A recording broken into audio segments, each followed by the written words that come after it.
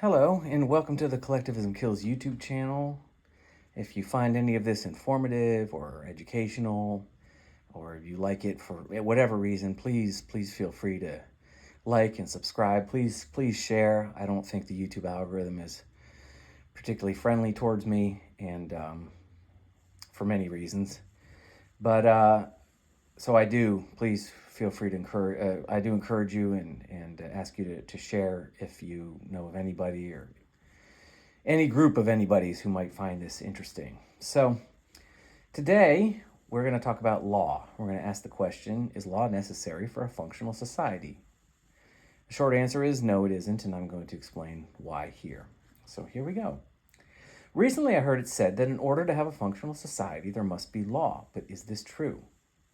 While it is true that there must be ethics, these ethics need not necessarily be legal.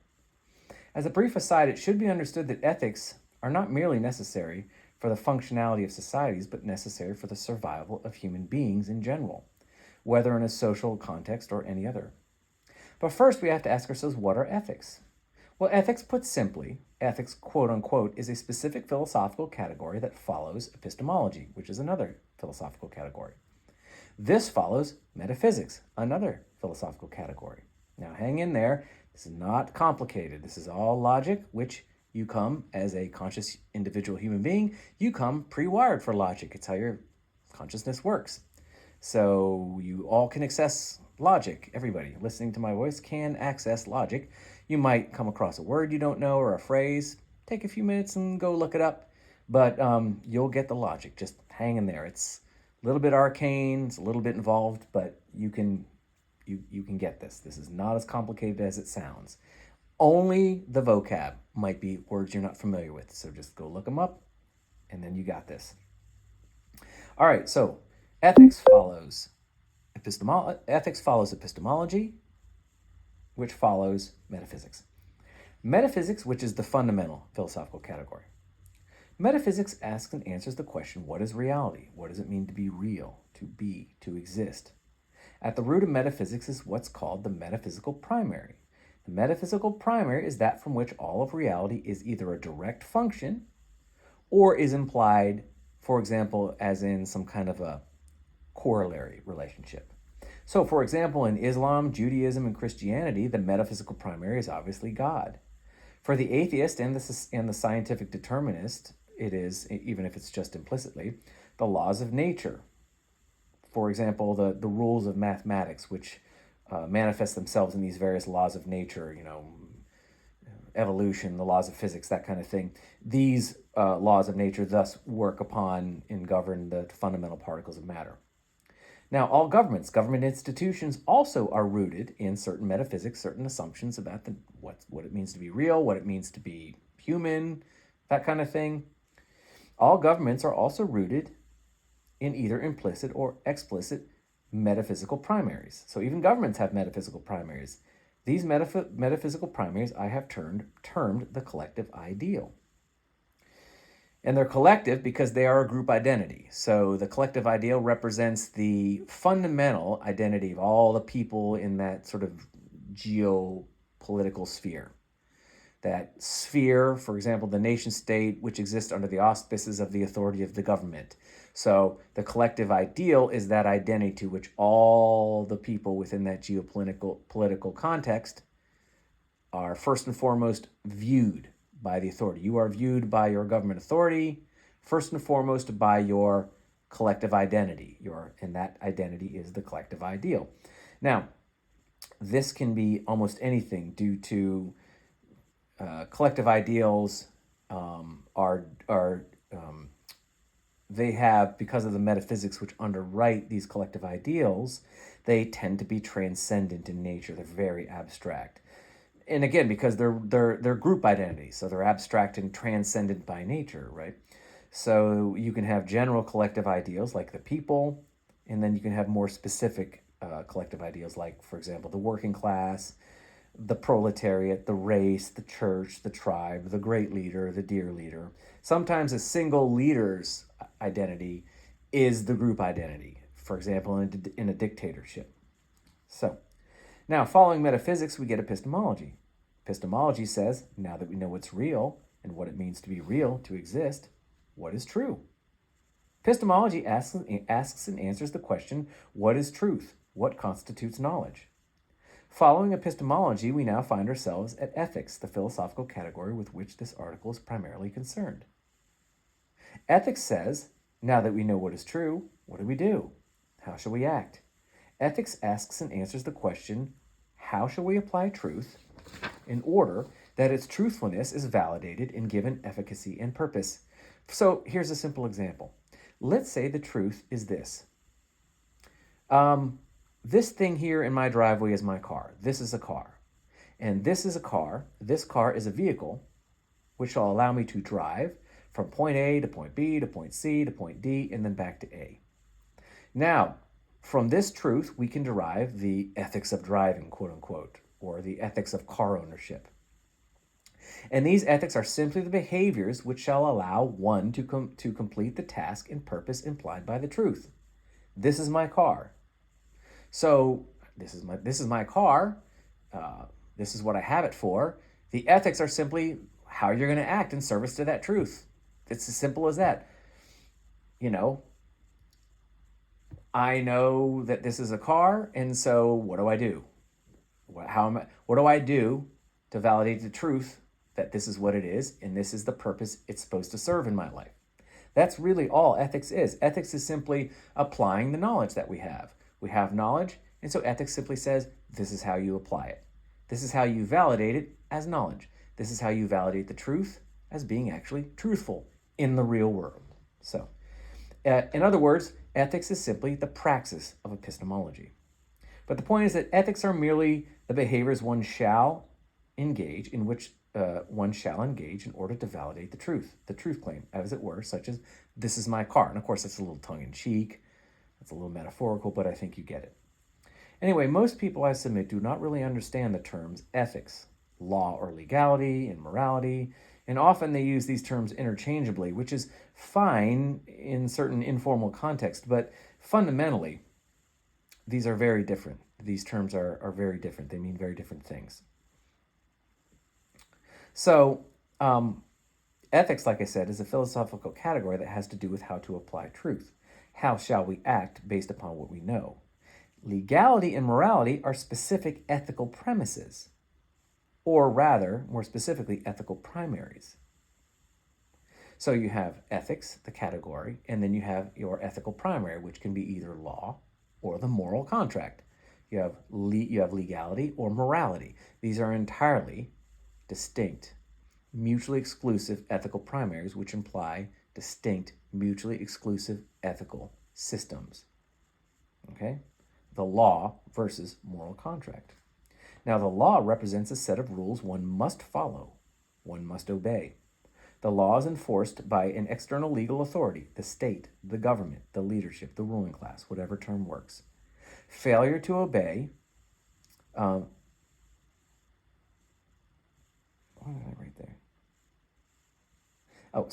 Failure to obey results in punishment at the hands of the legal authority. Here, ethical behavior is dictated. Behavior is coerced. You do not choose to follow the law. You do not choose to follow the law. You obey or else. Choose to obey is fundamentally, conceptually, a contradiction in terms. The slave does not choose to obey his master, and you do not choose to obey the law by which you are obligated as a citizen under the auspices of a given government or legal authority. So, choice implies free will, and it would be incongruous and incorrect conceptually to apply the notion of free will to the position of a slave. Free will is irrelevant to a slave. Slaves obey. In the same way, it would be incongruent and incorrect to apply the concept of free will to one who exists under the auspices of law. Your free will is always hemmed in by your legal obligation. You can engage your free will only insofar as the law allows you to. So the law is what allows you to act, not your free will, fundamentally. You do not have free will under law. You obey your legal authority, period. The ethical standard is under law, the ethical standard is the legal authority, the government, the state, etc. The ethical standard is outside of the individual. And the law is therefore codified. It's codified as the law, right? This set of rules that you must obey or else. And this represents collective obligation. We are all obligated to the same laws. Theoretically, anyway. The individual, the self qua self, me qua me, you qua you, capital M, capital Y, is outside of the ethical equation at the metaphysical level. And all I mean by this is that you may describe your nature. So metaphysically deals with what does it mean to exist. In other words, when it comes to people, to human beings, to you, to me, metaphysics answers the question, what's my nature? Now, you may argue that it is in your nature to possess choice, to possess free will. The law doesn't care about that. Regardless, you may have free will. You may be able to choose. That might be a function of your metaphysical nature. The law does not care. The law does not view your nature as sufficient to ethical behavior. That's why you need to be coerced by an authority into it. The law doesn't care about your free will and your choice. It doesn't care about those metaphysical attributes.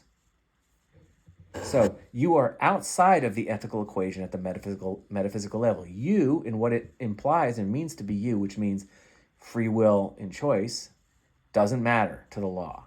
It doesn't care about your choice. It doesn't care about your free will. You act or else.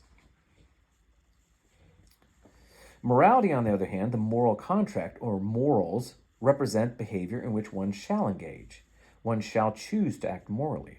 There's no authority outside of the individual which compels obedience into moral behavior under threats of punishment, violence, or threats of violence.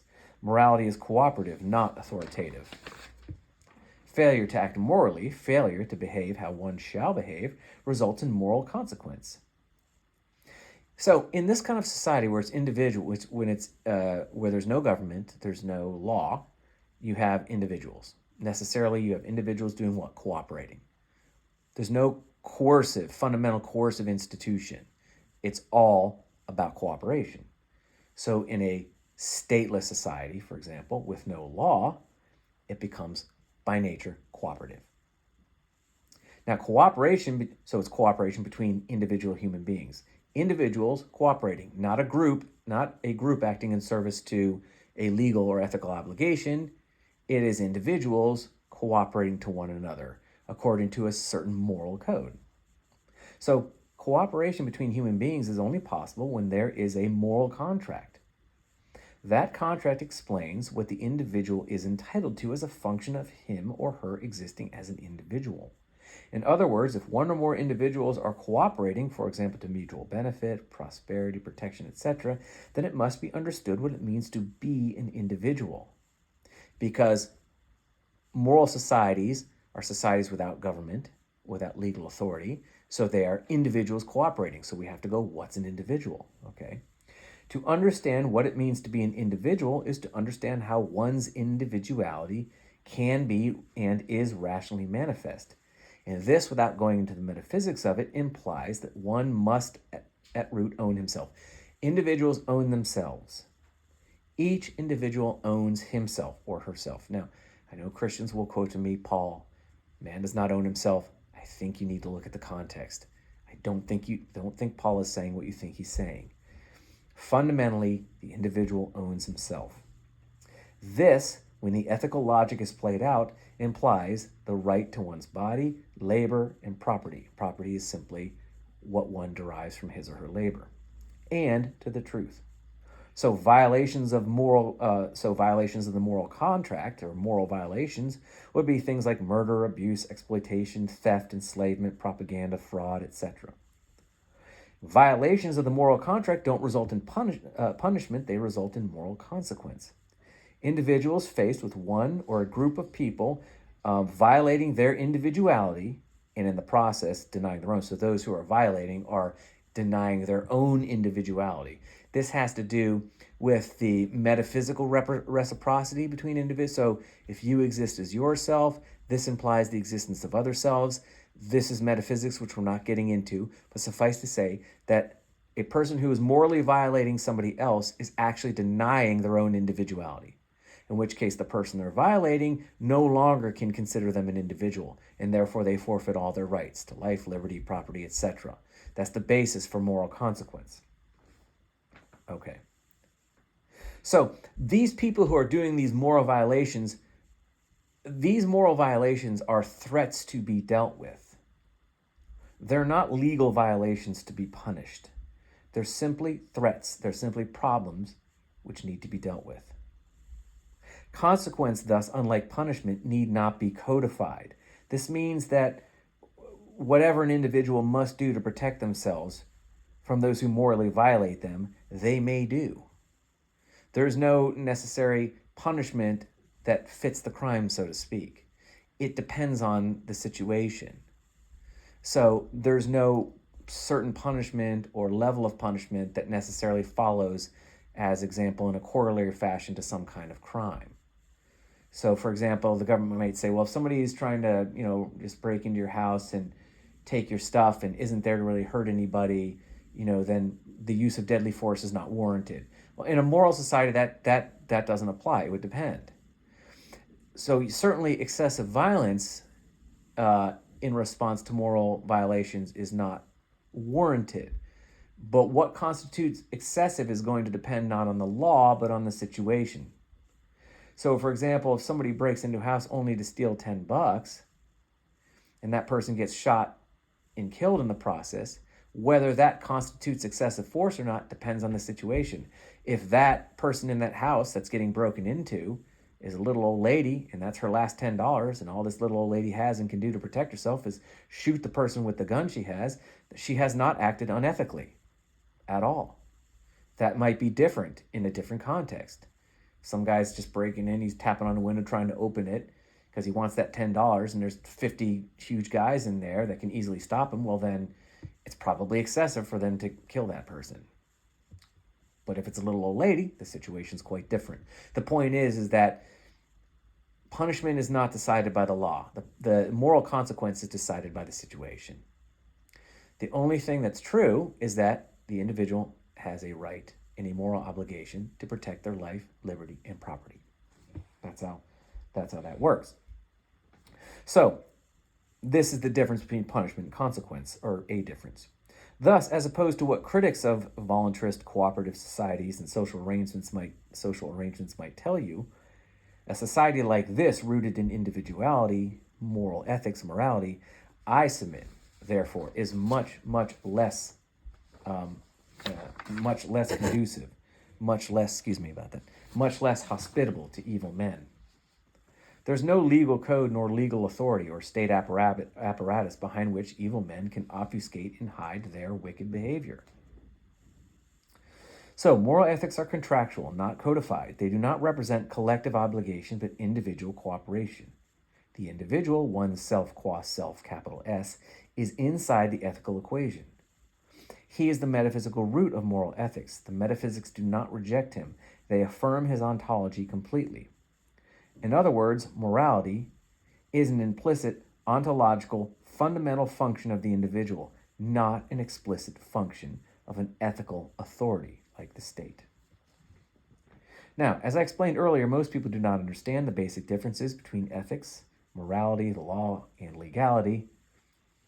Indeed, here in America, I submit that the vast majority of people, at least politically, assume that law follows morality. For example, it is immoral, therefore it's illegal. Murder is wrong, therefore it's against the law. This is simply and objectively not the case. This is just not how ethics work.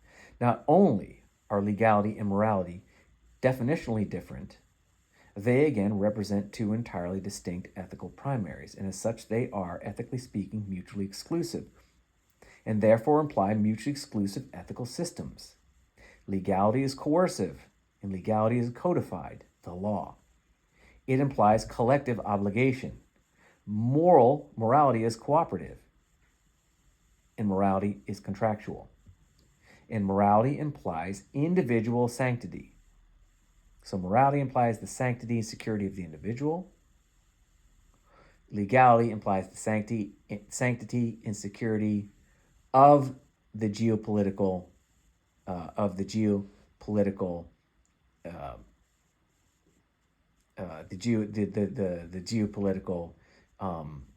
entity.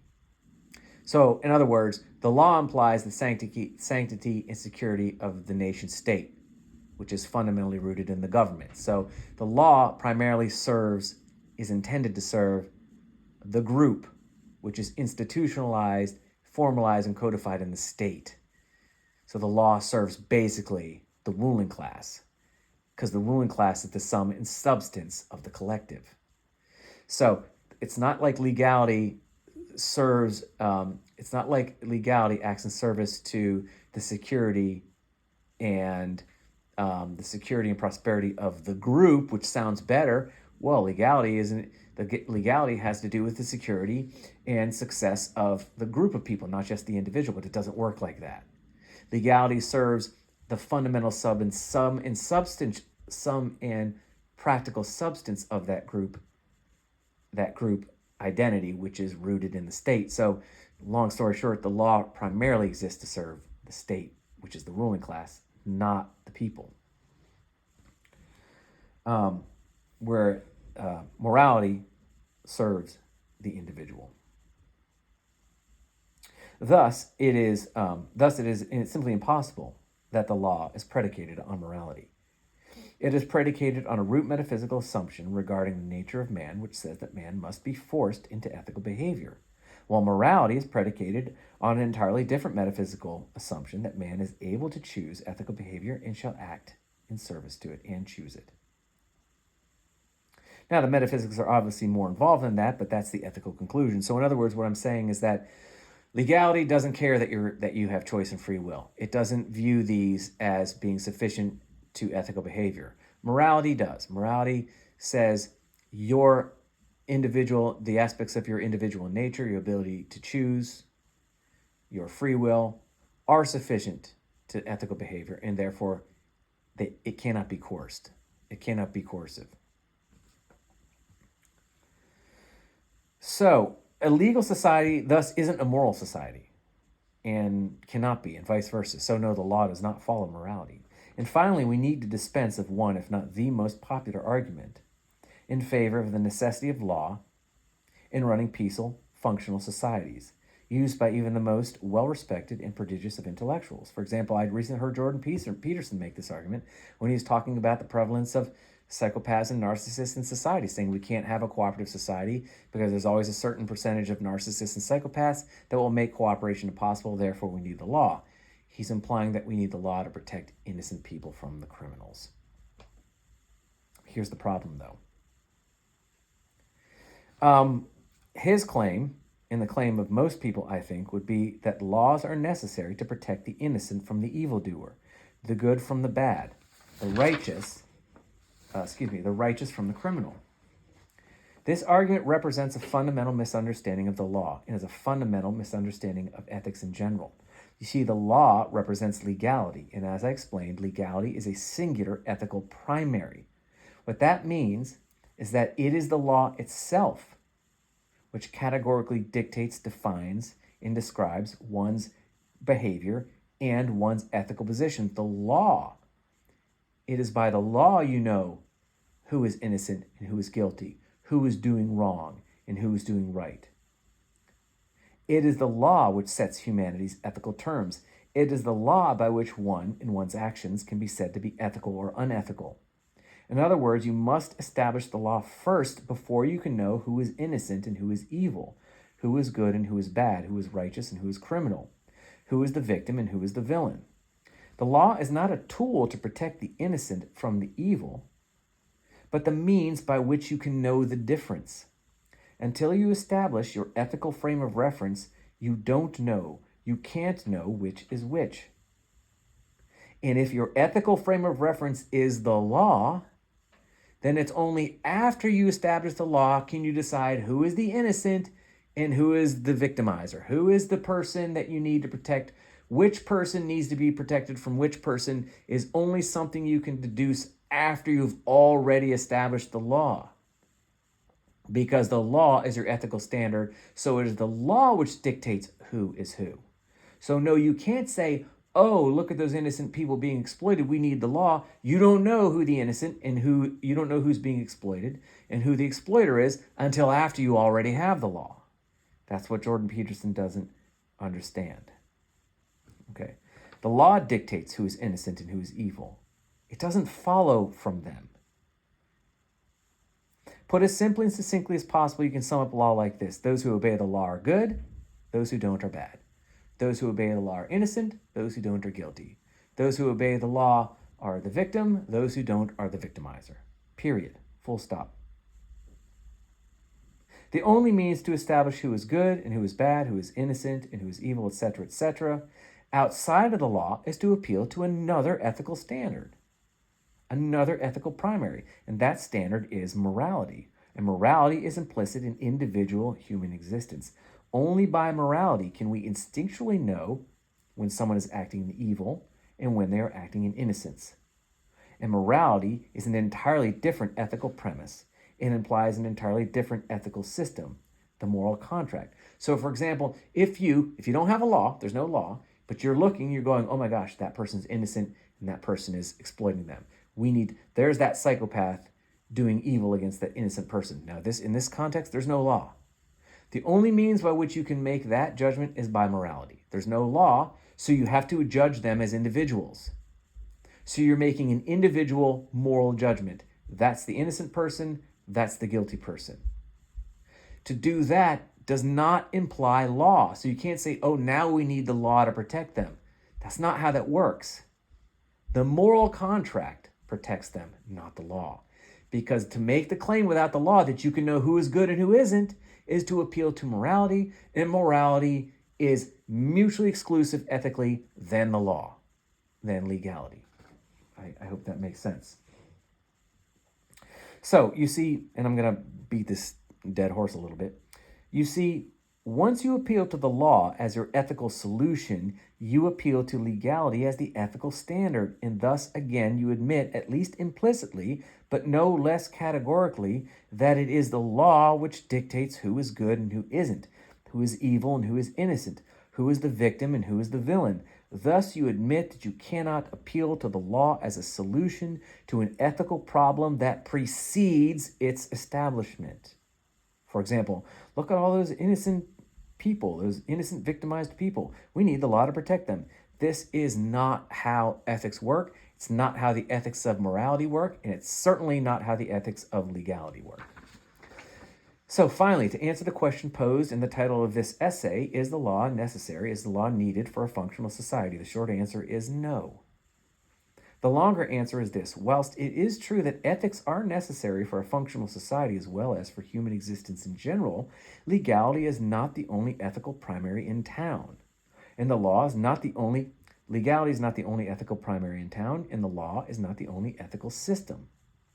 And furthermore, I submit that the law isn't a particularly rational ethical system, and this is because it is rooted in metaphysical assumptions about man that ultimately are in error. It makes assumptions about his fundamental nature that are erroneous. For one, that he is insufficient in his free will and choice, or in his own ability to choose how to act. He is insufficient to ethical behavior. That's a metaphysical assumption the law makes, and I submit that that is objectively false and can be proven objectively false. It is an irrational, contradictory claim. But at any rate, this means that the law, instead of being a means by which we may construct and maintain a functional society, actually represents the antithesis of such a society, because it's founded upon metaphysical assumptions about man that are false. So it won't build man a functional society, but rather a dysfunctional one. The law, thus, is a dysgenic ethic. It's an ethic which sets out, perhaps, to save humanity. It might be intended to, for example, Jordan Peterson appealing to its need to protect people. It might set out to save humanity and to serve humanity, but ultimately it just enslaves it. It enslaves man fundamentally to a minority of ruling class elites who use it deceptively as a moral pretense only. And in this way, it serves as a tool of the ruling class and of their propaganda and gaslighting, even if they don't know it themselves. This is what the ruling class will necessarily do once they act in service to their inexorable legal ethics. It doesn't even matter that they're doing it on purpose or not. This is how it's going to play out. So the law does not build societies. It builds plantations. It enslaves people, it doesn't free them. It promises heaven, but delivers only hell. So having said that, I do appreciate you all listening. I hope that, or anybody who's listening, I hope that you found this interesting and informative. I hope there wasn't too much background noise and it wasn't too annoying. I hope that you share this, because I don't think the YouTube algorithm is ever going to do me any favors here. So please like, subscribe, please share if you know anybody that would find this information useful or informative. So thanks very much, and I look forward to talking to you next time, and you guys take care. And remember, you are able.